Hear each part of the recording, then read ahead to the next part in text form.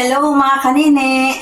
Mayroon akong tips sa inyo lalo na sa mga gustong magpakasal, gusto na magbukod sa parents nila, gusto na mag-asawa. Mayroon akong tips, pakinggan nyo ito para may ideya kayo. Alam nyo ba na ang pag-aasawa ay may 4 na ring? What? Mga ano-ano ito. So ito yung unang ring. Engagement ring. O di ba? Bago ka ikasal, may engagement muna.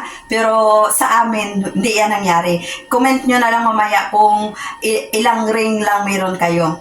Pangalawa, wedding ring. So ayun na, di ba? Diretso lang. Ang iba, hindi na gumagamit ng engagement ring. Diretso na lang sa wedding ring. Meron ka ng sing-sing. Pangatlo, sapphire ring. Ayan, sino nakarelate dyan?